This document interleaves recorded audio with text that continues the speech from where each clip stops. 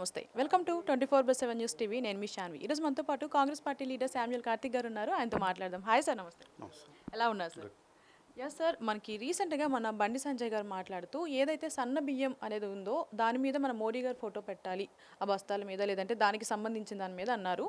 మరి దీనికి మన ఎమ్మెల్సీ అద్దంకి దయాకర్ గారు మాట్లాడుతూ అసలు ఈ సన్న బియ్యం అనే కాన్సెప్ట్ని తీసుకొచ్చిందే మా కాంగ్రెస్ పార్టీ, సో మోడీ గారి ఫోటోని ఎలా పెడతారు అని చెప్తూ ఫైర్ అవ్వడం జరిగింది. మీరేం చెప్తారు దీనికి?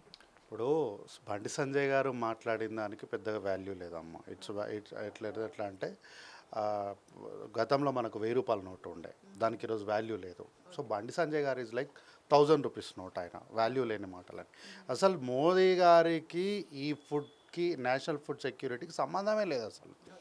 ఈ నేషనల్ ఫుడ్ సెక్యూరిటీ అనే పథకం తీసుకొచ్చింది మన్మోహన్ సింగ్ గారు, డాక్టర్ మన్మోహన్ సింగ్ గారు కాంగ్రెస్ పార్టీ అధికారంలో ఉన్నప్పుడు తీసుకొచ్చారు. ఇంకా గిట్టాలి అంటే మన్మోహన్ సింగ్ గారు ఫోటో పెట్టాలి. ఇంకా వారు చనిపోయినారు కాబట్టి వారికి నివాళులు అర్పించినట్లు ఇంకా పెడితే డాక్టర్ మన్మోహన్ సింగ్ గారి ఫోటో పెట్టాలి. కానీ నరేంద్ర మోడీ గారి ఫోటో పెట్టుకోవాలి అంటే ఇది ఏంది అంటే చీమలు పెట్టిన పుట్టలా పాములు వచ్చి దూరుతాయి అన్నట్టు.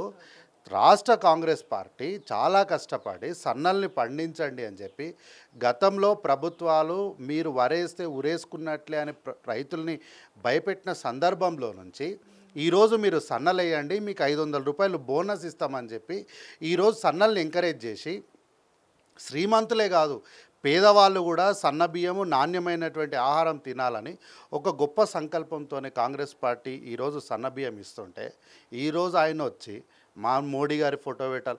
ఓకే, మీ మోడీ గారి ఫోటో ఎక్కడ పెడతారు తెలుసా?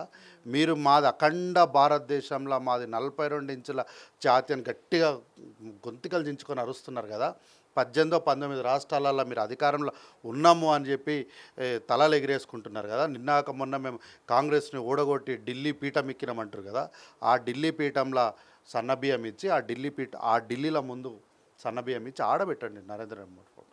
మీరు అధికారంలో ఉన్న రాష్ట్రంలో సన్న బియ్యం ఇవ్వడానికి చేత కాదు, ముక్కిపోయిన బియ్యం ఇచ్చుకుంటా ఈరోజు రాష్ట్రము కాంగ్రెస్ పార్టీ చాలా సంకల్పంతో ముఖ్యమంత్రి గారు, ఉత్తమ్ కుమార్ రెడ్డి గారు వీరందరూ కూడా సన్నల్ని ఎంకరేజ్ చేసి సన్న బియ్యం ఇస్తా అంటే ఈ ఫోటోల రాజకీయం చేసుకుంటా బతకడం తప్ప ఈయనకి ఏం వాల్యూ లేదు. ఈయన మాటలు పట్టించుకోవాల్సిన అవసరం లేదు. హెచ్సియు దీని మీద కాంగ్రెస్ పార్టీ ఒక రకమైన మళ్ళీ విమర్శ స్టార్ట్ అయిందని చెప్పొచ్చు. మీరేం చెప్తారు? అసలు కాంగ్రెస్ పార్టీ అసలు దేనికోసం ఈ హెచ్సియు మీద టార్గెట్ చేసింది? కాంగ్రెస్ పార్టీ హెచ్యు మీద ఏం టార్గెట్ చేయలేదమ్మా. కాంగ్రెస్ పార్టీ చేస్తున్న అభివృద్ధి పైన ప్రధాన ప్రతిపక్ష పార్టీలైనటువంటి బీఆర్ఎస్ పార్టీ, బీజేపీ పార్టీ వాళ్ళు బయట ఉండి అమాయకులైన స్టూడెంట్స్ని, లోపలున్న స్టూడెంట్స్ని రెచ్చగొట్టి అనవసరమైనటువంటి వివాదానికి వాళ్ళు దారి తీస్తున్నారు.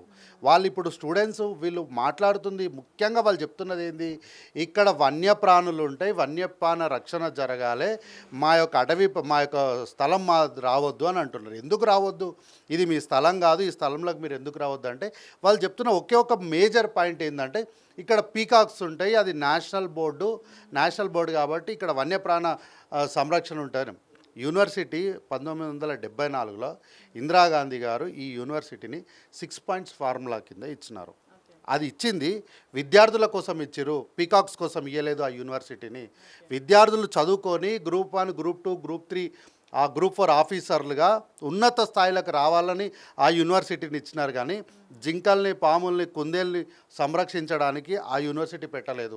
నిజంగా ఆ సంరక్షణ కారణం అంటే మీరు కూడా ప్రభుత్వంతో కలిసి వచ్చి అక్కడ ఉన్నటువంటి జంతువులు ఏవైతే ఉన్నాయో మూగ ప్రాణులపైన మీకు అంతా ప్రేమ ఉంది కదా, ఆ మూగ ప్రాణులన్నిటిని కూడా పట్టుకొని తీసుకొచ్చి ప్రభుత్వానికి ఇస్తే ప్రభుత్వము సాచరిక్ అంటే మన దగ్గర ఉన్నటువంటి ఫారెస్ట్, జూ పార్క్ లాంటి ఏరియాస్లలో వాటిని సంరక్షిస్తుంది. కాబట్టి ఏంది అంటే అక్కడ ఉన్నటువంటి 400 ఎకరాలల్లో బీఆర్ఎస్ పార్టీ వాళ్ళు ఏంది అంటే వాళ్ళు చేసిన రియల్ ఎస్టేట్ వ్యాపారం మేము కూడా కాంగ్రెస్ పార్టీ చేస్తుంది అని వాళ్ళు ఆరోపణ చేస్తున్నారు. రియల్ ఎస్టేట్ వ్యాపారం చేసే వాళ్ళకి అభివృద్ధికి అమ్ముకోవడానికి తేడా తెలియదు. వాళ్ళు కోకాపేటలో 100 కోట్లకు అమ్ముకున్నట్లు అమ్ముకుంటా అనుకుంటున్నారు. కానీ మేము 400 ఎకరాలు తీసుకొని అక్కడ ఇన్ఫ్రాస్ట్రక్చర్ డెవలప్ చేసి, అంటే ఇన్ఫ్రాస్ట్రక్చర్ అంటే రెసిడెన్షియల్ కాదు, ఐటీ కంపెనీస్, నాన్ పొల్యూటెడ్కి సంబంధించినటువంటి కంపెనీస్ పెట్టడం వల్ల ఉద్యోగాలు వస్తాయి, రాష్ట్రానికి రెవెన్యూ వస్తుంది. మేము కాంగ్రెస్ పార్టీగా ఈ రాష్ట్రము మద్యపానం పైన, మత్తు పైన నడపాలని మేము అనుకోవట్లేదు, ఆదాయం పైన, పెట్టుబడుల పైన నడపాలనుకుంటాం. కాబట్టి యూనివర్సిటీ విద్యార్థులు కూడా అర్థం చేసుకోవాలి. మీరందరూ విద్యార్థులు, చదువుకునే వాళ్ళు, పెద్ద మనసుతో అర్థం చేసుకోండి. రాష్ట్రానికి మంచి చేయాలనుకుంటున్నాం. అనవసరమైనటువంటి ఈ రాజకీయ నాయకుల ఉచ్చులో పడి కాంగ్రెస్ పార్టీని, రేవంత్ రెడ్డి గారిని నిందించే ప్రయత్నం చేయకండి. అర్థం చేసుకోండి. Thank you so much. Thank you.